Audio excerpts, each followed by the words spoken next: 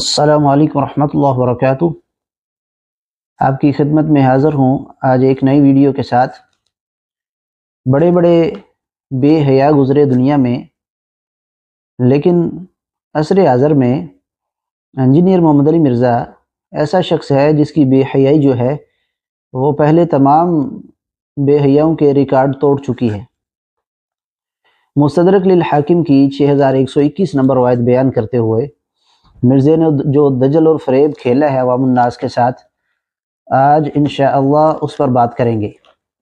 مستدرک للحاکم 6121 number روایت ہے جس کو بیان کرنے والے قیس بن ابی حازم ہیں۔ مرزا نے اس روایت کو بیان کیا کہ پہلے آپ مرزا کے اس کلپ کو سن لیں، پھر اس نے کیا دجل اور فریب کھیلا ہے اس روایت کے ساتھ وہ آپ کے سامنے رکھیں گے۔ المستدرک للحاکم انٹرنیشنل نمبر ہے 6121، یہ بریلویو نے شائع کی ہے اور انٹرنیشنل نمبر کے اوپر کی ہے۔ اس کا پی ڈی ایف بھی اویلیبل ہے، ہم جے پی جی انشاءاللہ اس کے اندر ڈال دیں گے۔ قیس بن ابی حازم کہتے ہیں کہ میں مدینہ شریف میں تھا، ایک دفعہ کا ذکر ہے کہ میں بازار میں جا رہا تھا، میں ایک بازار مدینہ شریف کا جس کا نام انہوں نے اس میں لکھا ہے احجاز زیت، اس بازار میں تھا۔ میں نے دیکھا ایک شخص سواری پر سوار تھا، کافی سارے لوگ اس کے گرد جمع تھے، وہ شخص سیدنا علی کو گالیاں دے رہا تھا، سب و شتم کر رہا تھا۔ میں بتا رہا ہوں یہ صحابہ کا دور ہے۔ اسی اسنا میں سیدنا سعد ابن ابی وقاص وہاں تشریف لائے۔ سعد ابن ابی وقاص آخری صحابی ہیں بدری جو فوت ہوئے 56 ہجری میں حضرت معاویہ رضی اللہ تعالیٰ کے دور میں۔ مراد یہ کہ حضرت معاویہ کے دور کے اندر کی یہ بات ہے، بعد کی نہیں، یزید کا زمانہ نہیں ہے، کیونکہ وہ 56 ہجری میں فوت ہوئے اور حضرت معاویہ فوت ہوئے 60 ہجری میں۔ وہ وہاں پر کھڑے ہو گئے، لوگوں سے پوچھا کیا ہوا، لوگوں نے بتایا کہ یہ آدمی علی ابن ابی طالب کو گالیاں دے رہا ہے۔ حضرت سعد آگے بڑے، لوگوں نے ان کو راستہ دیا، حضرت سعد اس کے قریب آئے اور فرمایا ارے تو علی کو گالیاں دے رہا ہے، کیوں دے رہا ہے؟ کیا علی سب سے پہلا مسلمان نہیں ہے؟ کیا وہ رسول اللہ کے پیچھے نماز پڑھنے والا پہلا شخص نہیں ہے؟ کیا وہ سب سے زیادہ دنیا سے بے رغبت نہیں ہے؟ کیا وہ سب سے زیادہ علم رکھنے والا نہیں تھے؟ یعنی یہ ماضی کی بات ہو رہی ہے کہ وہ گزر چکے تھے، سیدنا علی کی وفات شہادت کے بعد ہے۔ اس کے علاوہ حضرت سعد نے حضرت علی کے کافی فضائل گنوائے، یعنی بے شمار گنوائے، وہ راوی کو یاد بھی نہیں ہے، ویسے جو انہوں نے بیان کر دیے وہی کافی ہیں۔ پھر وہ آگے یعنی مزید بیان کرنے لگے کہ کیا علی بن ابی طالب رسول اللہ کے داماد نہیں تھے؟ کیا وہ غزوات میں رسول اللہ کا جھنڈا آگے اٹھا کر نہیں جایا کرتے تھے؟ اس کے بعد حضرت سعد نے قبلہ رو ہو کر ہاتھ بلند کر کے یوں دعا کی، اے اللہ یہ شخص تیرے اولیاء میں سے ایک ولی کو گالیاں دے رہا ہے، اللہ اکبر، اے اللہ یہ مجمع ختم ہونے سے پہلے اپنی قدرت کا کرشمہ دکھا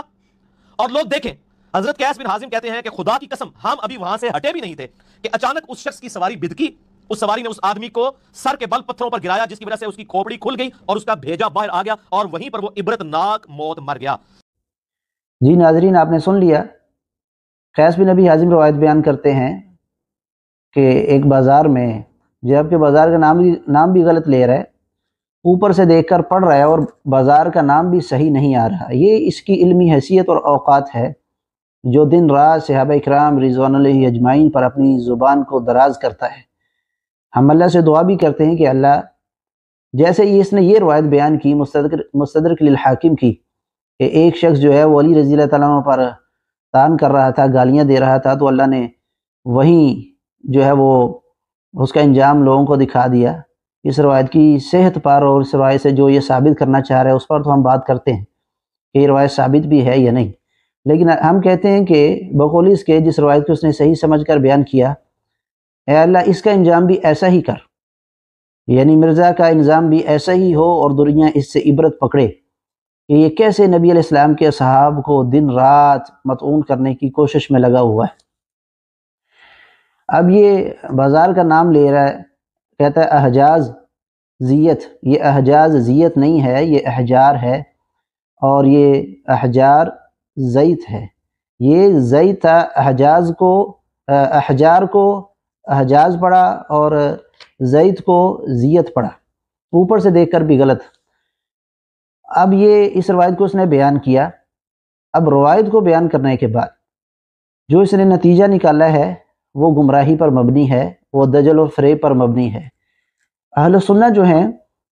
ان کے ہاں کتب احادیث میں علی رضی اللہ عنہ کے فضائل پر بہت سی احادیث ہیں۔ اہل سنہ جو ہیں وہ علی رضی اللہ عنہ کے فضائل کے منکر نہیں، اور ہم ہر ایسے شخص کو گمراہ سمجھتے ہیں جو علی بن ابی طالب رضی اللہ عنہ کے فضائل کا منکر ہو، لیکن فضائل وہ جو صحیح حدیث سے، کتاب و سنت سے ثابت ہے۔ اس روایت کو بیان کرنے کے بعد کہتا ہے کہ میں بتاؤں یہ صحابہ کا دور ہے، یعنی جو شخص بازار میں کھڑے ہو کر علی رضی اللہ تعالیٰ کو گالیاں دے رہا تھا، اب مرزا نے اس روایت کو پڑھ کر نتیجہ یہ نکالا، میں بتاؤں یہ صحابہ کا دور ہے۔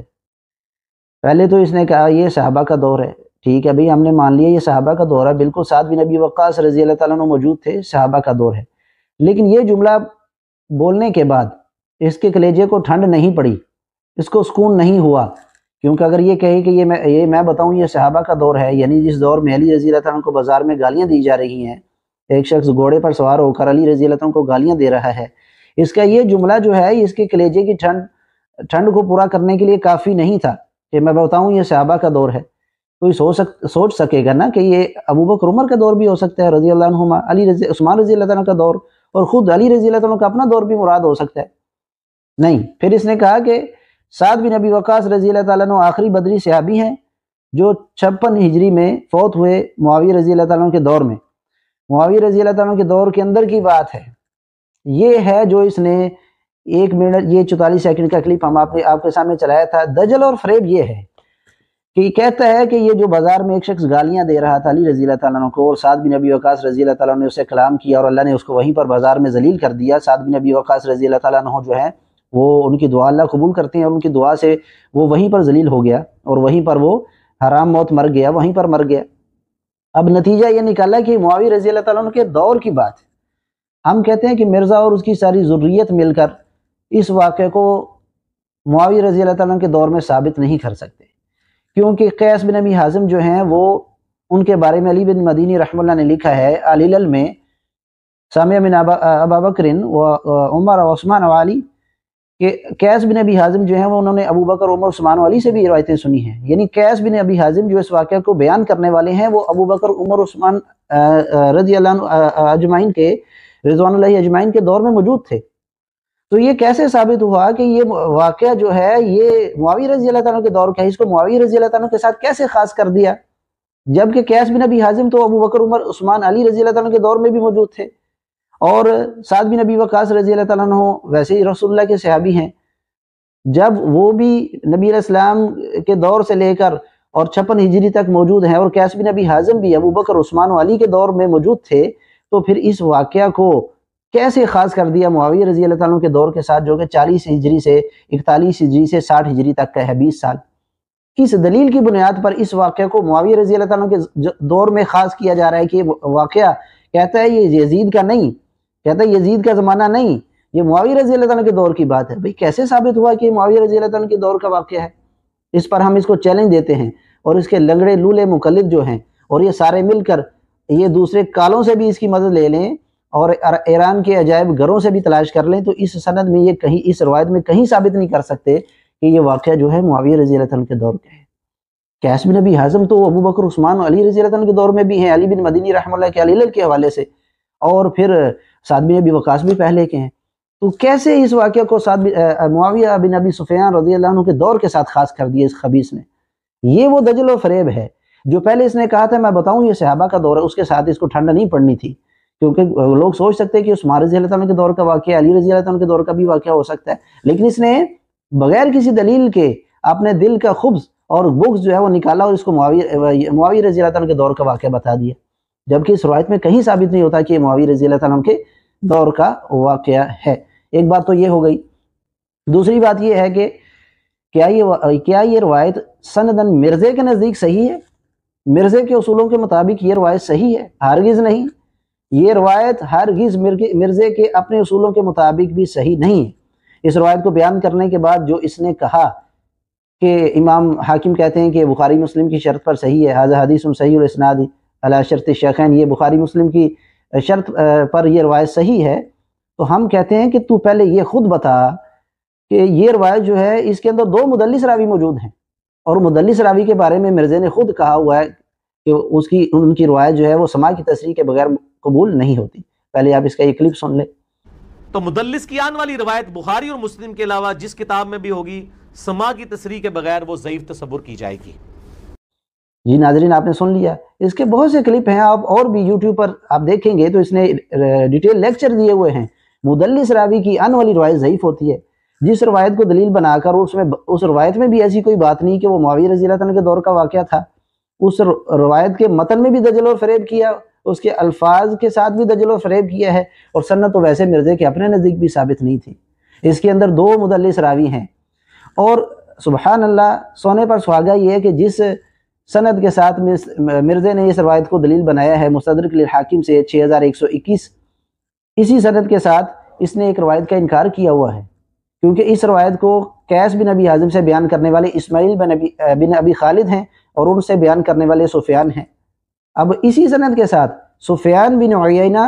ان اسماعیل بن ابی خالد کی سند سے ان قیس بن ابی حازم، اسی سند کے ساتھ المعجم الکبیر طبرانی میں جب ایک روایت آئی تھی تو بریلویوں کا رد کرتے ہوئے مرزے نے کہا کہ خالد بن ولید رضی اللہ تعالیٰ عنہ کا زہر پینا، بسم اللہ پڑھ کر زہر پینا ثابت نہیں ہے۔ وہی سفیان بن عیینہ اسماعیل بن ابی خالد سے روایت کر رہے ہیں اور وہی اسماعیل بن ابی خالد اس روایت کو قیس بن ابی حازم سے بیان کر رہے ہیں، اور یہ المعجم الکبیر طبرانی کی 3718 نمبر روایت کو اس نے ضعیف قرار دیا اور کہا کہ اس کے ضعیف ہونے کی وجہ یہ ہے کہ اس کے اندر سفیان بن عیینہ بھی مدلس ہیں اور اسماعیل بن ابی خالد یہ بھی مدلس ہے۔ تو ہم کہتے ہیں کہ جو روایت تم نے پیش کی مستدرک للحاکم کی 6121 اور کہا کہ یہ معاویہ رضی اللہ عنہ کے دور کا واقعہ ہے، بازار میں علی رضی اللہ عنہ کو گالیاں دی جا رہی تھی، اور یہ یزید کے دور کا واقعہ نہیں ہے، یہ صحابہ کے دور کا واقعہ ہے، یہ معاویہ رضی اللہ عنہ کے دور کا واقعہ ہے، تو یہ روایت بھی اسی سند کے ساتھ ہے۔ اگر خالد بن ولید رضی اللہ تعالیٰ عنہ کا زہر پینا بسم اللہ پڑھ کر اس وجہ سے ضعیف ہے کہ اس کے اندر سفیان بن عیینہ اور اسماعیل بن ابی خالد دو مدلس ہیں، تو تمہاری اس روایت کے اندر بھی تو دو مدلس ہیں جس کو معاویہ رضی اللہ عنہ کے خلاف پیش کر رہے ہیں، اور وہی مدلس ہیں، سفیان بن عیینہ بھی وہی اور اسماعیل بن ابی خالد بھی وہی ان کے ساتھ روایت کر رہے ہیں۔ ناظرین آپ سنیے اس کا کلپ کہ یہ کیسے گرگر کی طرح جو ہے وہ رنگ بدلتا ہے، کتنا منافق آدمی ہے۔ اور تیسری جو معجم کی روایت ہے اس کے اندر سفیان بن عیینہ اور اسماعیل مدلس ہیں اور عن سے روایت کر رہے ہیں، اور امام مسلم نے مقدمے میں لکھ دیا صحیح مسلم کے، جو صحیح مسلم کا حصہ ہے، کہ مدلس کی عن والی روایت سما کی تصریح کے بغیر صحیح تصور نہیں کی جائے گی، لہٰذا یہ ساری کی ساری روایتیں اصول محدثین پہ فارغ ہیں۔ لیکن اب کس نے کو کھول کے کتاب پڑھنی ہے بس۔ جی ناظرین آپ نے سن لیا، وہی سفیان بن عیینہ ان کے ساتھ اسماعیل بن ابی خالد سے جب روایت بیان کریں، اور وہ اسماعیل بن ابی خالد جو ہیں وہ قیس بن ابی حازم سے روایت بیان کریں، تو خالد بن ولید رضی اللہ تعالیٰ عنہ کا واقعہ تو بسم اللہ پڑھ کر زہر پینے کا ثابت نہ ہو، تو اور وہی دونوں مدلس جو ہیں وہ کوئی روایت اور بیان کریں جس کو یہ متن کے اندر بھی دجل و فریب کرے، حالانکہ متن میں ایسی کوئی الفاظ ہے ہی نہیں، ایسی کوئی دلیل ہے ہی نہیں کہ یہ معاویہ رضی اللہ عنہ کے دور کا واقعہ ہے، اس کو متن میں دجل و فریب کرتے ہوئے انہی دو مدلسین کی روایت کو یہ معاویہ رضی اللہ عنہ کے خلاف دلیل بنا لے۔ منافقت کی حد ہے، اس لیے میں نے کہا دنیا میں بڑے بڑے بے حیا بے شرم گزرے ہیں، لیکن اس سے بڑا بے شرم ہے نہیں دنیا میں کوئی بھی۔ عصر حاضر میں اس سے بڑا بے حیا بے شرم اس فیلڈ میں جو دین کے ساتھ کھلواڑ کرے، جو صحابہ کرام رضوان اللہ اجمعین پر تان کرنے کے لیے کسی بھی حد تک جا سکتا ہے، وہی دو مدلسین ان کی روایت وہاں ضعیف اور وہی دو مدلسین ان کی روایت یہاں صحیح۔ اور اگر یہ کہے کہ امام حاکم نے اس روایت کو کہا ہے کہ بخاری مسلم کی شرط پر صحیح ہے، ہم پہلا جواب تو یہ ہے کہ تمہارے نزدیک تو ضعیف ہے نا، اس میں دو مدلس ہیں، اور دوسری پھکی نہیں، پھر اس کو پھکا دیتے ہیں کہ اگر ایسی ہی بات ہے کہ امام حاکم نے کہا کہ بخاری مسلم کی شرط پر صحیح ہے اور تم امام حاکم کے کہنے کی وجہ سے اپنا اصول توڑ دیتے ہو اور امام حاکم کی بات مان لیتے ہو، تو امام حاکم نے تو اس روایت کو بھی صحیح کہا ہوا ہے، ھذا حدیث صحیح الاسناد، جس میں یہ کہ عرش پر کلمہ لکھا ہوا تھا، یہ مستدرک للحاکم کی 4228 نمبر روایت ہے۔ اس روایت کو بھی امام حاکم نے کہا ھذا حدیث صحیح الاسناد، تو اس کو تم نے ضعیف قرار دیا ہوا ہے۔ ناظرین آپ سن لیں، عرش پر کلمہ لکھا ہوا تھا، معروف روایت ہے، لوگ اور بریلیوں کا رد کرتے ہوئے کہ عرش پر کلمہ لکھا ہوا تھا، آدم علیہ السلام نے محمد صلی اللہ علیہ وسلم کے وسیلے سے دعا کی، عرش پر کلمہ لکھا ہوا تھا، اس روایت کو امام حاکم نے کہا یہ صحیح الاسناد ہے، یہ صحیح سند کے ساتھ ہے، اور یہ میں نے پہلی روایت اپنی کتاب میں درج کی ہے عبد الرحمن بن زید بن اسلم کی سند سے، یعنی پہلی روایت عبد الرحمن بن زید بن اسلم جو کہ ضعیف راوی ہے، متروک راوی ہے، اس کی روایت امام حاکم نے درج کی اور مرزا اس روایت کو ضعیف قرار دیا، جیسا کہ آپ سن سکتے ہیں۔ یہ جو نبی صلی اللہ علیہ وآلہ وسلم کے وسیلے سے آدم علیہ السلام کی توبہ قبول ہونے کا واقعہ ہے، یہ المستدرک للحاکم میں موجود ہے، اگرچہ امام حاکم نے اس کی تصحیح بھی کی ہے کہ یہ حدیث صحیح ہے، لیکن امام ذہبی جنہوں نے اس کے اوپر بعد میں تحقیق کی، ان کا موقف یہ ہے کہ اس میں ایک کذاب راوی ہے، اور امام ذہبی کی بات ہی زیادہ مضبوط ہے کہ روایت کمزور ہے۔ جی ناظرین، اگر تو امام حاکم کا یہ کہنا ہے کہ بخاری مسلم کی شرط پر صحیح ہے، مرزا کے لیے کافی ہے، اور اپنے سارے اصول توڑ دینے ہیں، امام مسلم کا مقدمہ بھی بھول جانا ہے کہ امام مسلم نے کہا کہ مدلس کی والی روایت ضعیف ہوتی ہے، اور جو ہے وہ اپنا اتنے سالوں سے جو اصول بیان کرتا ہے اور اس کا ابھی بھی وہی اصول ہے کہ مدلس کی والی روایت ضعیف ہوتی ہے، اگر وہ امام حاکم کے کہنے پر سارا کچھ چھوڑ دینا ہے تو پھر امام حاکم نے تو یہ وسیلے والی روایت کو بھی صحیح قرار دیا ہوا ہے نا کہ یہ صحیح سند کے ساتھ ہے، حالانکہ مرزا اس کو ضعیف کہہ رہے ہیں۔ یعنی اس کا اصول کیا ہے پہلے خود اپنا اصول توڑا، جس کو یہ صحیح مسلم سے بتایا کرتا تھا کہ امام مسلم نے صحیح مسلم کے مقدمہ میں لکھا ہے مدلس کی آنے والی روایت ضعیف ہوتی ہے، اور آج ایک مدلس نہیں بلکہ دو مدلسین کی روایت پیش کر رہا ہے۔ پھر یہی وہ منافق ہے جب تعویذ گلے میں لٹکانے والی عبداللہ بن عمر بن عاص رضی اللہ عنہ کی روایت آئی سنن نبی داود کی، مسند احمد وغیرہ کی، جب وہ روایت آئی سنن ترمذی ابو داود وغیرہ کی، تو مرزا نے کہا کہ گلے میں تعویذ لٹکانا عبداللہ بن عمر بن عاص رضی اللہ عنہ سے ثابت نہیں، کیونکہ اس کے اندر محمد بن اسحاق مدلس ہے اور یہ پکی ضعیف ہے، جعلی روایت۔ تو یہ تعویذ کے حوالے سے بھی سمجھ لیں، تعویذ لٹکانا جو ہے گلے کے اندر قرآنی صورت کا یا قرآنی آیت کا، اس کا ثبوت آپ صلی اللہ علیہ وسلم سے نہیں ملتا، صحابہ کرام علیہ رضوان سے نہیں ملتا، ایک صحابی کا ملتا ہے لیکن وہ روایت ضعیف ہے۔ وہ سنن نبی داؤد سے اور مسند امام احمد سے پیش کی جاتی ہے کہ عبداللہ بن عمر بن عاص رضی اللہ تعالیٰ عنہ چھوٹے بچوں کو تو دم ڈالا کرتے تھے، جو بڑے بچے تھے ان کو دم ڈالا کرتے تھے، اور چھوٹے بچے جو پڑھنا نہیں جانتے تھے ان کے گلے میں تختی لٹکا دیتے تھے، اعوذ بکلمات اللہ التامات من شر ما خلق، اعوذ بکلمات اللہ التامات من شر ما خلق، یہ لکھ کر وہ آگے آ بھی جائے گا، یہ وظیفہ بھی ہے اس میں۔ تو یہ روایت پکی ضعیف ہے، اس میں محمد بن اسحاق مدلس ہیں اور ان سے روایت کر رہے ہیں، اور محمد بن اسحاق تدریس کر رہے ہیں، لیکن جو حنفی ہمارے بھائی ہیں بریلوی اور دیوبندی، ان کے نزدیک تو محمد بن اسحاق مردود راوی ہیں، حالانکہ ہمارے نزدیک اسی کا راوی ہیں، انس بن مالک کے شاگرد ہیں، یہی وہ تابعی ہیں جن سے وہ روایت ہے سنن البیہقی کے اندر دلائل النبوہ امام بیہقی کی کتاب میں کہ آپ صلی اللہ علیہ وسلم 12 ربیع الاول کو پیدا ہوئے، یہ وہ ہیں۔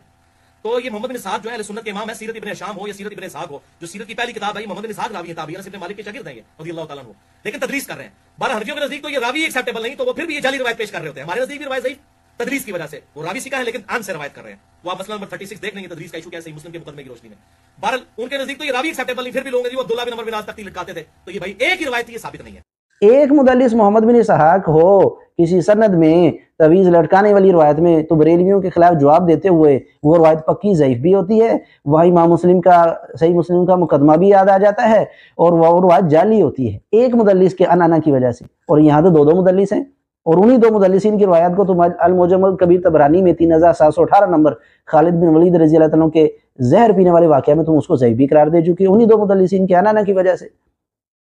یہی وہ وجہ ہے جس کی وجہ سے یہ علماء کے سامنے نہیں بیٹھتا، اور یہ کبھی تیار نہیں ہوگا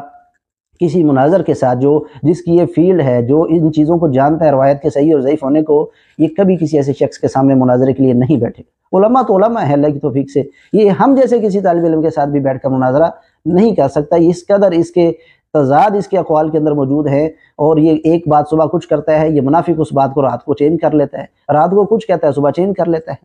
تو یہ تو اس کی حالت ہے کہ جس روایت کو یہ معاویہ رضی اللہ عنہ کے خلاف پیش کر رہا تھا کہ معاویہ رضی اللہ عنہ کے دور میں جو ہے وہ بازار میں گالیاں دی جا رہی تھی علی رضی اللہ تعالیٰ عنہ کو، اور سعد بن ابی وقاص رضی اللہ عنہ نے اس شخص کو بد دعا دی اور وہ زمین بوس ہو گیا اور مر گیا، اور وہیں پر اس کی جو ہے نا وہ حرام موت مر گیا پہلے، اور پھر اس واقعہ کو بیان کرنے کے بعد یہ جو کہا کہ معاویہ رضی اللہ عنہ کے دور کا واقعہ، اس پورے متن کو آپ پڑھیں، اس روایت کے ترجمہ کو پڑھیں، یہ کیسے ثابت ہوتا ہے کہ معاویہ رضی اللہ کے دور کا واقعہ ہے؟